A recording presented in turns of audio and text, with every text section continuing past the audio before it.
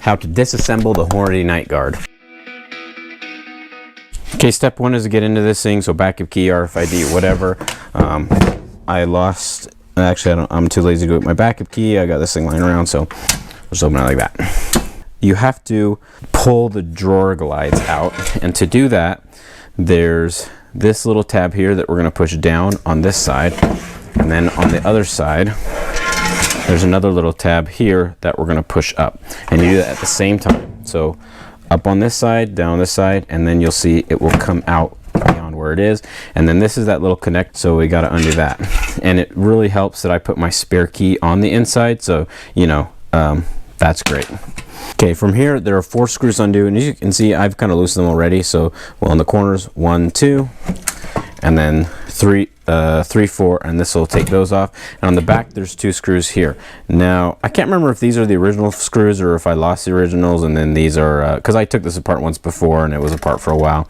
I was gonna see if I can fix it, but then it's all Chinese components and electronics inside, and you can't even find replacement part numbers because they're all Chinesium. So anyway, so that is what it is. So you undo these 2 screws back here. Okay, so once you get those screws, those 4 screws off, this front will just come off, and there is a connector here that I did not put in last time I undid. So you'll fold it down just like a kind of a book here in the middle, and then you'll pull this connector out. This connector I'll put in and show you what that looks like.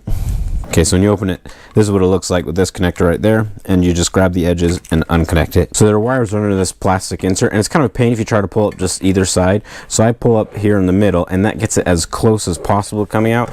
And I'll just kind of start on one corner in the back, and then kind of work my way around. And it's relatively flexible. It's not a rigid plastic, so you're not going to break it. So that comes out. And then you can see that ribbon cable that goes back there, as well as this power cable that runs to the back. The ribbon cables communicate from the RFID stuff in the front to the control board here in the back. This power cable goes back to the power electronics board here in the back. Once you get the screws off the back in those 2 spots, this will come right out as well. That power connector can slip out that little hole there. And so here you have the control board for this little motor and little essentially actuator that is the electronic part that unlocks it. You can pull this whole circuit board out, the one in the front. If you undo those 4 screws, that whole thing will pop out as well. I'm not going to do that. If you can't figure out how to undo the Phillips screw, then you're kind of hopeless. Okay, as far as disassembling this back part go, there's 2 little screws right here at the bottom that we can pull out, so try not to lose those. And then this board comes out, and so this is your power control board. So your 12 volts comes in here, it bucks it down to 5, and then sends, I believe, that also that 5 volts up to the front as well. There's not a ton in here going on, honestly. If you want, you can slip this board out. This is what that board looks like, and I know my power control board is good because everything else powers on. The RFID still senses, but then it controls things all sorts of janky here in the back. So that's pretty much it as far as disassembly goes. The whole thing's all torn to pieces, and put it back, you just do everything in the reverse order. I'll go ahead and show you that if you want, but other than that, that's pretty much the end of this video. So to reassemble it, we'll just slip this board into here. Make sure this wire over here is guided underneath that screw, that mounting hole there. Okay, then we'll put this front on. So reconnect your ribbon flex cable. So that's reconnected. This front will flip up, and re-put your 4 screws in there.